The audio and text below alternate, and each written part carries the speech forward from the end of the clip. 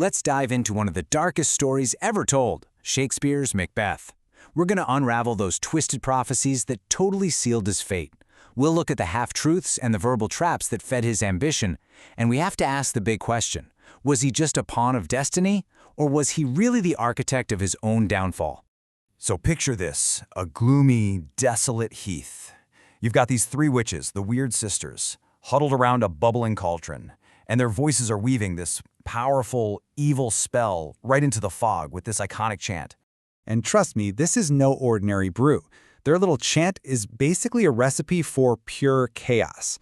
They are literally cooking up double hardship and double trouble for the poor soul who's about to show up seeking answers. Now Macbeth, he thinks he's about to get a sneak peek into his future, a way to lock down his power for good. But here's the real question we have to ask. Are the witches actually offering him a gift, or are they setting the most elaborate and deadly trap in all of literature? As one of the witches says, "By the pricking of my thumbs, something wicked this way comes." And right on cue, who shows up? The troubled, desperate King Macbeth himself. And he doesn't ask nicely, he demands to know what his future holds. So in response, the witches conjure up three ghostly apparitions. Each one is going to give him a prophecy, and each one is, well, a masterpiece of deception. Think of them as verbal puzzles, designed to puff up Macbeth's ego while secretly sealing his doom. Okay, so apparition number 1, an armored head. Its message seems pretty straightforward, right? A clear warning about his rival, Macduff. Macbeth hears this, and it just confirms all his worst fears.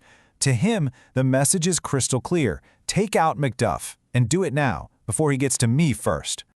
But here's the first big twist, our first taste of their wicked little game. That armored head wasn't just some vague warning. Oh no. It was a chilling foreshadowing of Macbeth's own head being cut off by Macduff. The warning was way more literal than he could have ever guessed. So the second prophecy just builds on this deception. A bloody child appears, and it delivers a message that makes Macbeth sound completely invincible. It tells him to be ruthless and just laugh at any threat, because no man who was born from a woman can ever harm him. Macbeth is ecstatic. I mean, who wouldn't be? He even thinks about sparing Macduff for a second, like, what's the point? If literally everyone is born from a woman, then who is there left to be afraid of? He thinks he's untouchable. But the devil is in the details, right? It's all about the wording.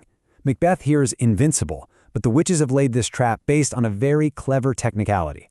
The bloody child vision, that was the clue. Macduff wasn't born in the usual way. He was delivered by a cesarean section, from his mother's womb untimely ripped. The third and final prophecy seems to just lock in his invincibility. A child wearing a crown and holding a tree branch shows up, declaring that Macbeth is totally safe until the forest of Great Burnham Wood physically marches up to his castle on Dunsinane Hill. For Macbeth, this is the ultimate reassurance. He's thinking, yeah right, that'll never happen. A forest can't just get up and walk. He's convinced his reign is now guaranteed until the very laws of nature decide to break. And there it is, the final deception. This isn't about magic. It's all about military strategy.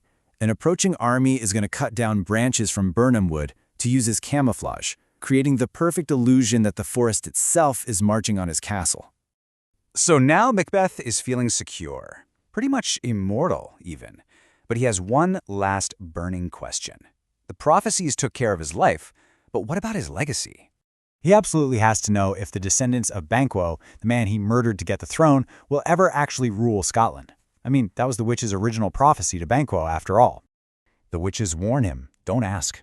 But he insists, and what they show him is absolutely horrifying.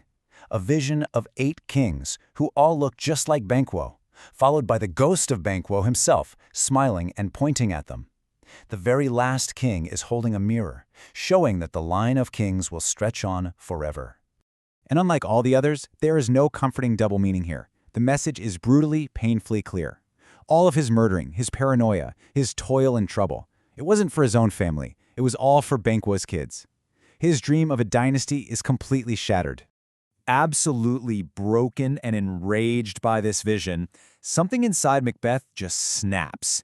The careful, calculating tyrant is gone, and he's replaced by something way more dangerous, a man who has absolutely nothing left to lose. His cruelty becomes impulsive, immediate. And just as the witches vanish, a messenger arrives. The news? Macduff has escaped to England to join the fight against him. Macbeth realizes he hesitated. He missed his chance to act on that first prophecy, and he's furious with himself. So he makes this chilling vow. From now on, whatever his first impulse is, that's what he's going to do. The first thought that enters his heart will become the first action of his hand. No more second guessing, no more reasoning, and definitely no more morals. And the firstling of his heart, it's pure, unfiltered evil. Fueled by rage and despair, he immediately sends murderers to Macduff's castle to kill his wife, his children, every single person in his household. This isn't about political strategy anymore. It is just sheer, brutal tyranny. The secret weapon the witches use this whole time is a literary device called equivocation. See, they never actually lie to Macbeth, not once. They just use words that have these deadly double meanings, letting his own ambition and his arrogance do all the work of interpreting them in the most fatal way possible. Which leaves us with this final, haunting question. Was Macbeth always going to end up here, with the prophecies just serving as a preview? Or did the way he chose to hear those tricky words and his choice to act on them actually create the very future he was so desperately trying to control?